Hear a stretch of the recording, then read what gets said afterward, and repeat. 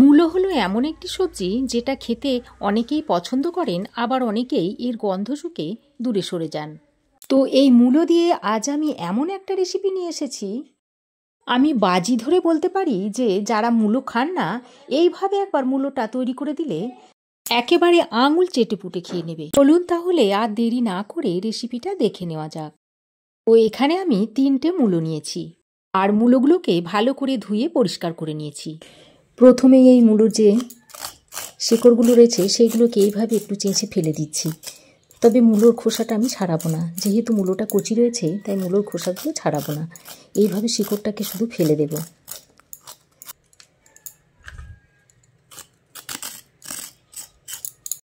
মূলোর শিকড়গুলো আমি চেঁচে ফেলে দিয়েছি। এবার আমি এই মূলোর এই পিছন দিকটা একটু বাদ দিয়ে দিচ্ছি, কেটে এইভাবে কেটে বাদ দিয়ে ফেলে দিচ্ছি। তারপর আমি এরকম একটা ছোট সাইজের গ্রেটার নিয়েছি, আর এই গ্রেটারের সাহায্যে এইভাবে গ্রেট করে নিচ্ছি।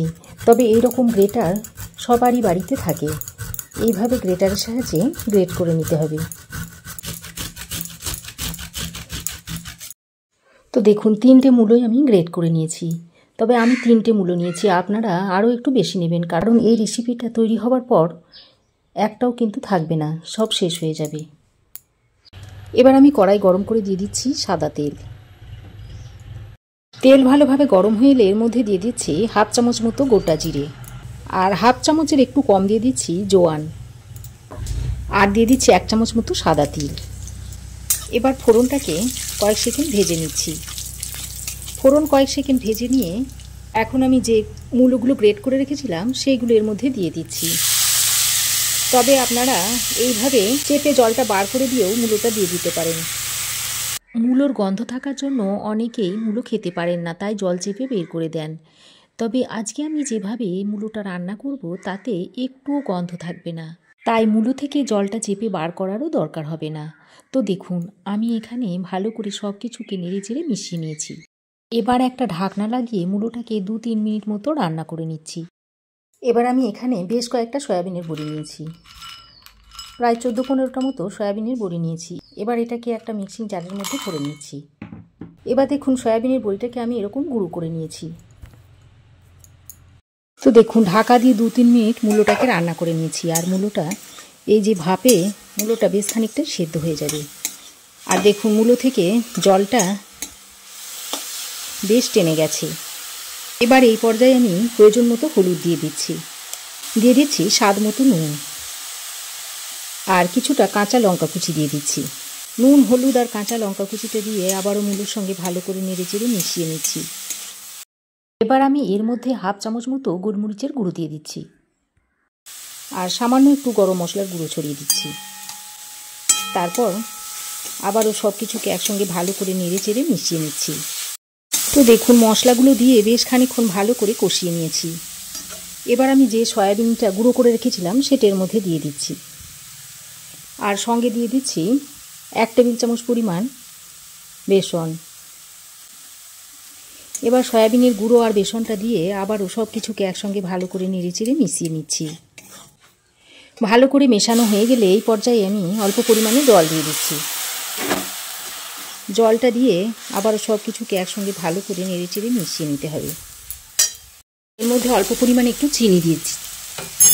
চিনিটা দিলে স্বাদের ব্যালেন্সটা বেশ ভালোভাবে হবে, আর এটা খেতেও খুব ভালো লাগবে। তো চিনিটা দিয়ে আবারও ভালো করে নেড়ে চেড়ে মিশিয়ে নিচ্ছি। তো দেখুন অনবরত নাড়াচাড়া করতে করতে যখন মূলো থেকে জলটা শুকিয়ে আসবে আর এরকম কড়াই থেকে ছেড়ে ছেড়ে আসবে, সেই পর্যায়ে আমি নামিয়ে নেব। তো দেখুন এবার আমি এটাকে নামিয়ে নিচ্ছি।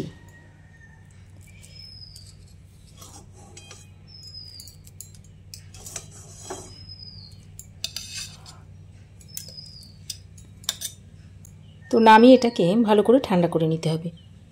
এখানে একটা বাটির মধ্যে নিয়ে নিচ্ছি 1 চামচ মতো ময়দা, 1 চামচ দিয়ে দিচ্ছি কর্নফ্লাওয়ার। তবে আপনারা কর্নফ্লাওয়ারের বদলে অ্যারারুটও দিয়ে নিতে পারেন, বা শুধু ময়দা দিয়েও করতে পারেন। এবার এই কর্নফ্লাওয়ার আর ময়দার মধ্যে দিয়ে দিচ্ছি পরিমাণ মতো হলুদ গুঁড়ো, দিয়ে দিচ্ছি একটু গোলমরিচের গুঁড়ো, দিচ্ছি একটু গরম মশলার গুঁড়ো, আর স্বাদ মতো একটু নুন দিয়ে দিচ্ছি। এবার অল্প পরিমাণে জল দিয়ে একটা পাতলা ব্যাটার তৈরি করে নেব। দেখুন এই রকম একটা পাতলা ব্যাটার আমি তৈরি করে নিয়েছি। এবার এটাকে এক সাইডে সরিয়ে রেখে এদিকে দেখুন ততক্ষণে মূলোটা বেশ ঠান্ডা হয়ে গেছে। এবার হাতে অল্প একটু তেল লাগিয়ে এর থেকে অল্প অল্প নিয়ে এরকম গোল গোল বলের শেপ দিয়ে নিচ্ছি। আমি একটু মাঝারি সাইজ করে তৈরি করে নিচ্ছি।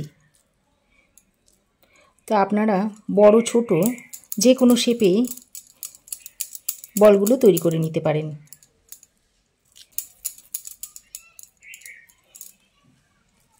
তো দেখুন সব বলগুলো আমি তৈরি করে নিয়েছি।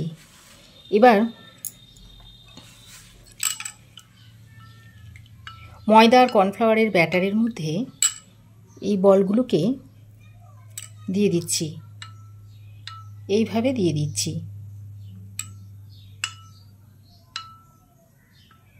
তারপর তুলে নিয়ে বেশ খানিকটা তেল কড়াই আমি গরম করে নিয়েছি। এবার এই ব্যাটারের মধ্যে ডুবিয়ে এই মূলোর বলগুলোকে এর মধ্যে ছেড়ে দিচ্ছি। এইভাবে একটা একটা করে বল এরকম ব্যাটারে ডুবিয়ে গরম তেলে ছেড়ে দিতে হবে।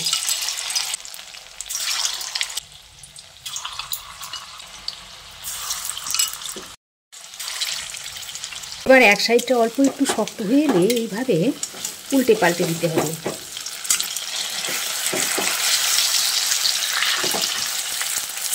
তো দেখুন মূলোর বলগুলোকে উল্টে পাল্টে ভালো করে মুচমুচে করে ভেজে নিয়েছি।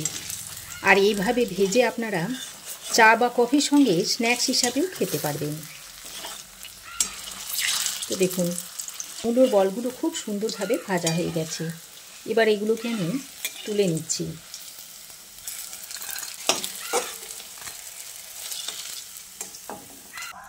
একইভাবে বাকি বলগুলোকে ভেজে নিচ্ছি।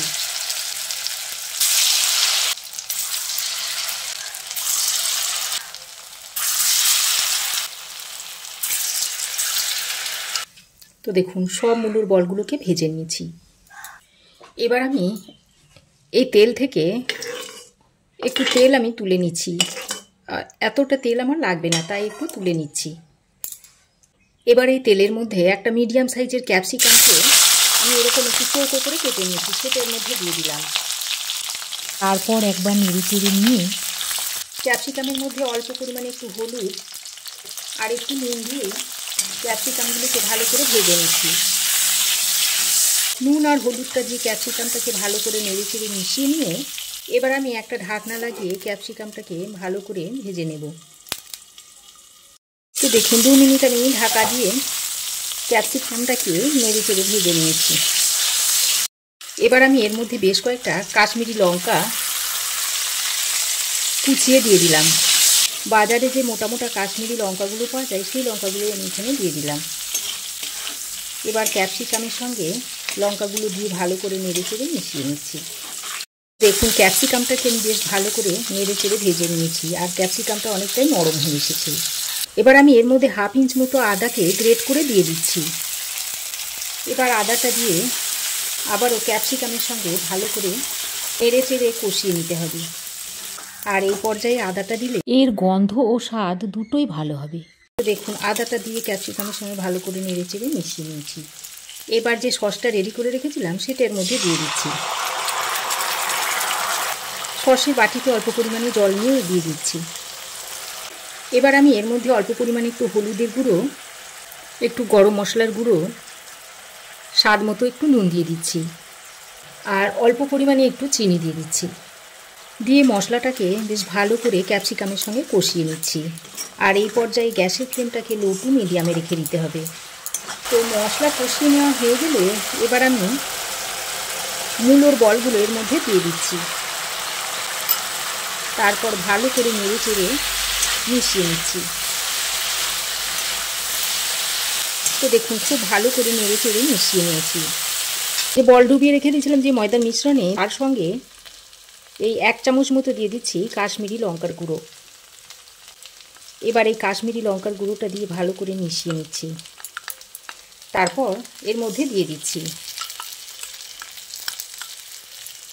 বাটিতে অল্প পরিমাণে জল নিয়ে যেটা লেগেছিল সে মশলাটা এর মধ্যে দিয়ে দিচ্ছি। তারপর আবারও সব কিছুকে একসঙ্গে ভালো করে নেড়ে চেড়ে মিশিয়ে নিতে হবে। তো দেখুন সব কিছুকে একসঙ্গে ভালো করে নেড়ে চেড়ে মিশিয়ে নিয়ে এবার আমি এটাকে ঢাকা দিয়ে আরও 2 মিনিট রান্না করে নেব। তো দেখুন ঢাকা দিয়ে আমি আরও 2 মিনিট রান্না করে নিয়েছি। তারপর একবার ভালো করে নেড়ে চেড়ে মিশিয়ে নিচ্ছি। দেখুন রান্নাটা এখন একেবারেই রেডি হয়ে গেছে। এবার আমি সবশেষে বেশ কিছুটা ধনেপাতা এর উপর দিয়ে ছড়িয়ে দিচ্ছি। তারপর আবারও হালকা হাতে একবার নেড়ে চেড়ে মিশিয়ে নিচ্ছি। এখন রান্নাটা সার্ভ করার জন্য একেবারে রেডি হয়ে গেছে। এবার গ্যাসের ফ্লেম বন্ধ করে আপনাদের সার্ভ করে দেখাচ্ছি। তো রেসিপিটা এখন আমি একটা প্লেটের মধ্যে সার্ভ করে দিচ্ছি। এটা শুধু সাদা ভাতই নয়, রুটি, পরোটা, পোলাও, ফ্রাইড রাইস সব কিছুর সঙ্গেই সার্ভ করতে পারবেন। খেতে অত্যন্ত সুস্বাদু হয়। তো এইভাবে আপনারাও একবার বানিয়ে খেয়ে দেখতে পারেন। আর যারা মূলো খান না তাদেরও যদি এইভাবে রেসিপিটা তৈরি করে দেওয়া হয় তারাও কিন্তু চেটে পুটে খেয়ে নেবে। তো আমার এই আজকের দুর্দান্ত স্বাদের মূলো রেসিপি আপনাদের কেমন লাগলো অবশ্যই একটা কমেন্ট করে জানাবেন। ভালো লাগলে একটা লাইক ও শেয়ার করবেন। পাশে থাকা বেল আইকনটা অবশ্যই প্রেস করে দেবেন। আর আমার চ্যানেলে যদি নতুন হয়ে থাকেন তো প্লিজ চ্যানেলটাকে সাবস্ক্রাইব করার অনুরোধ রইল। আজ এই পর্যন্তই। আবার দেখা হবে নতুন কোনো রেসিপি নিয়ে নেক্সট এপিসোডে। সে পর্যন্ত ভালো থাকবেন, সুস্থ থাকবেন। ধন্যবাদ।